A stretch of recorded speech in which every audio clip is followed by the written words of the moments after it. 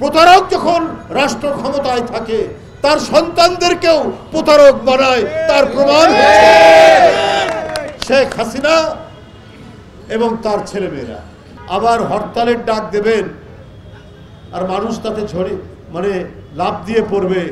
আরে মানুষ তো প্রত্যাশা করছে যে কবে যারা শিশু কিশোরদের হত্যা করতে পারে, এরা তো প্রচন্ড মানবতা বিরোধী অপরাধী, এদের বিচারের জন্য, এদের শাস্তির জন্য অপেক্ষা করছে।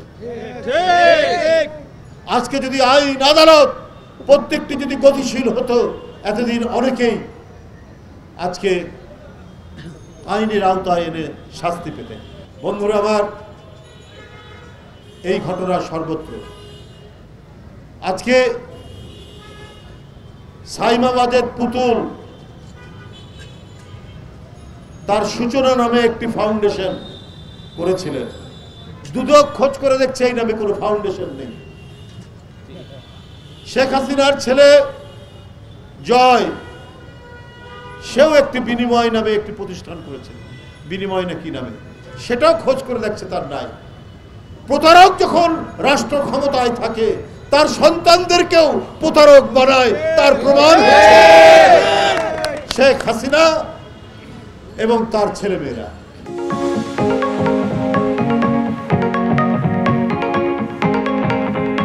উনি নাকি কর্মসূচি দিয়েছে, এটা সত্য কিনা জানি না, ফেসবুক উঠেছে, এটা কতটুকু সত্য বলতে পারবো না, বা অথবা তারই নির্দেশে কেউ এসব ছড়িয়ে দিচ্ছে প্রতিক্রিয়া জানার জন্য।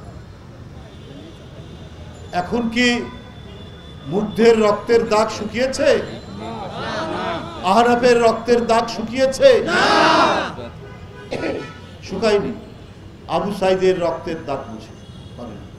আপনি যে 10,000 কোটি ডলার ঋণ নিয়েছেন, যে ঋণের কারণে প্রায় 1.25 লক্ষ টাকা আজকে নবজাত শিশুর মাথার উপরে এই ঋণের বোঝাটি চেপেছে, এটা কি জন্য নিয়েছিলেন?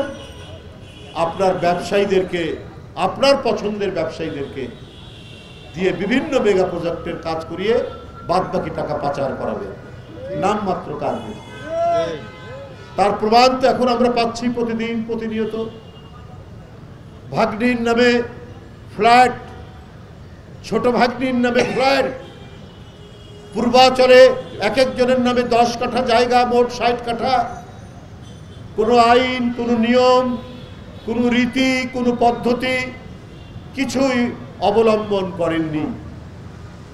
গায়ের জোরে, প্রধানমন্ত্রিত্বের জোরে আপনি এই কাজগুলো করিয়ে নিয়েছেন।